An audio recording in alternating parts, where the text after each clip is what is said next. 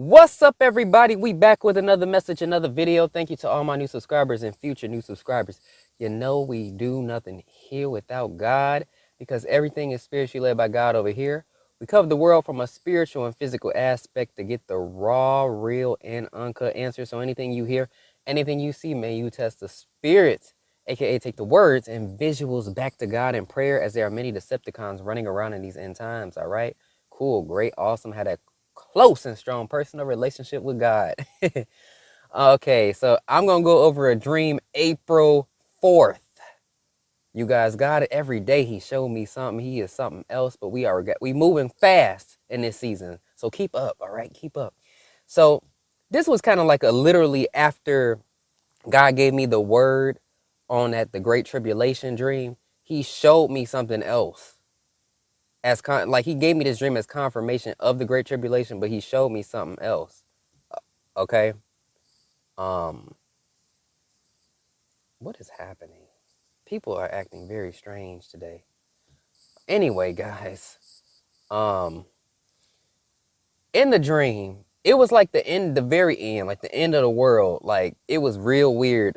I saw portals like going downward that showed the inside of the portal. You saw what something looked like. So it was like a portal in the sky that looked like heaven behind it, and then a portal kind of lower.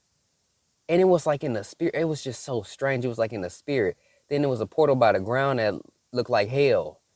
And everybody was so scared of where they were going to go. It was people going to heaven, to hell, and just people walking around like God was picking people. I don't know why in the dream. I was like, what is going on? But it was just so many portals. Um, oh gosh. It was just something so surreal. But then God showed me something when it came to the Great Tribulation type of era. So there were people on earth that were left.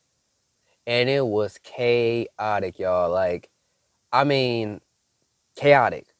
And I was with these group of people.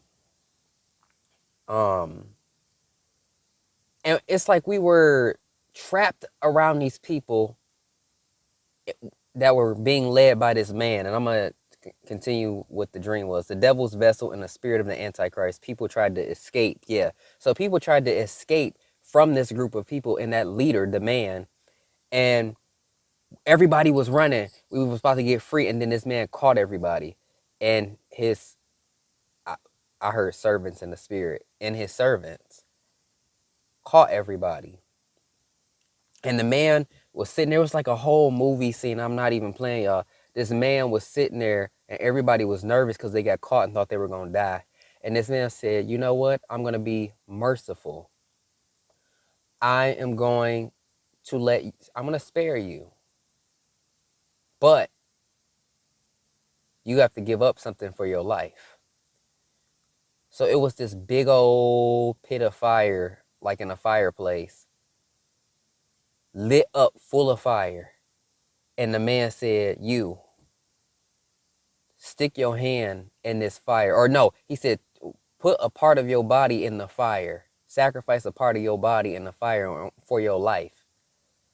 And the man put his pinky finger in there and, oh, Jesus. Oh, he burned his pinky finger off. Oh, it was so scary. And I'm just looking at this fire like, I'm not even playing with y'all. I looked at that man. I looked at the fire. I looked back at him and I'm like, you must be crazy. I'm not putting my hand. You just gonna try to have to kill me and I'm fighting you. I am not playing. But it didn't get to that point. God cut it off there because, you know, he not spiritual death. He ain't gonna have you die. Yes. So then I heard the Lord say the Great Tribulation. Time is short. Ladies and gentlemen, this ain't no game. Like, one thing, the message that I want to give you guys after that dream, the devil is sick, first of all. We know that. But for those worried about being left behind, you know, you got to realize when you try to put everything that you're doing that is not right away and move closer to God and try to, you're not going to be perfect. Everybody's not going to be on the same level of clarity and understanding. and it's okay. And God sees that you're trying. That's the point. If you are seriously trying, it's going to be struggles. Okay. We all have struggles throughout our journey. So don't feel, instead of thinking, am I going to be left behind? Because I thought that at first. I was kind of scared when I started hearing about the Great Tribulation and God was teaching me. But then I was like, when God was telling me, you're not going to be left if you serve me. Like, don't worry. This isn't for a time period for you. Stop thinking about if I'm going to be left behind and think, how do I get into heaven? Think about it. It's a big difference. When you think, oh, I don't want to be left behind, that's fear-based. When you say, how do I get in heaven? That's more peaceful and confident based. Like, I'm going to make it. I just got to keep trying. How do I get into heaven? God, how do I be with you? Not, I don't want to be left behind. So change your mindset up with that. And God is saying to you, he sees that you trying, and he knows who ain't trying and just saying things to say it or doing wicked. You gonna be okay if you try. Just be obedient. That's all God needs from you, is the personal relationship, and for you to be obedient to the things he's trying to show and tell you. And a lot of times we gotta isolate ourselves to be with God and only God. That's what I did at the beginning of my journey. I had nobody. I isolated myself from any and everybody, and I literally talked to God every day. I asked him questions every night at the same time, midnight. And I had certain dreams. I didn't have as many as I do now. God was slowly moving me into my purpose and into my gifts. And just, I had beautiful moments with God, me and him just alone.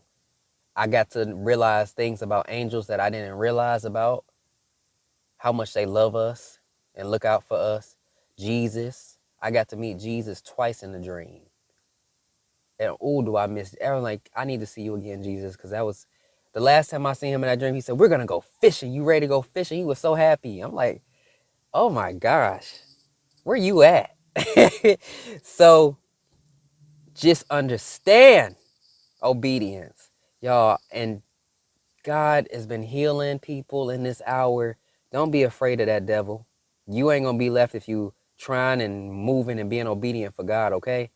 I'm telling you. And a side note, I don't know who else has been healed in this hour, but now around this time, literally it doesn't miss a beat. In March, at the end of March, beginning April, my allergies are horrible. And it all started when I worked at my old job. It was horrible. And I realized, I woke up this morning and I'm like, hold up. I mean, I might get the sniffles or two because of the fan. You know, I can't sleep with silence for some reason. Like, I need the fan on. It's just something about it. That's just me though. You know, I don't sleep with silence. God be talking to me before I go to bed. I just don't go to sleep in silence. It don't work that way. So I don't know if I'm the only one like that. But I realized he healed me from my allergies, and I couldn't do nothing but thank God, because that was a year anniversary from how he healed me issues like at the lower, it was like right below my stomach. I had pain, and the devil put an attack spiritually on me. Wasn't nobody finding nothing, and he healed me from it. I remember being in the hospital, then coming out, and just I walked out of the hospital, drove home. It was late, hailing, nobody on the roads. I ain't feel nothing. I said, dang, this medicine must have been strong. No, God healed me because it was gone. And now my allergies gone. I can just thank the Lord for his blessings, because you know what? When you are obedient, God comes through for you. I don't care what nobody say to you or anything. Keep trying for the Lord. Your gifts are very special. Use them and be obedient. Spend time with the Lord and start your journey, because it's great things that come with this walk. All right? Peace and blessings, and I will catch you in the next one.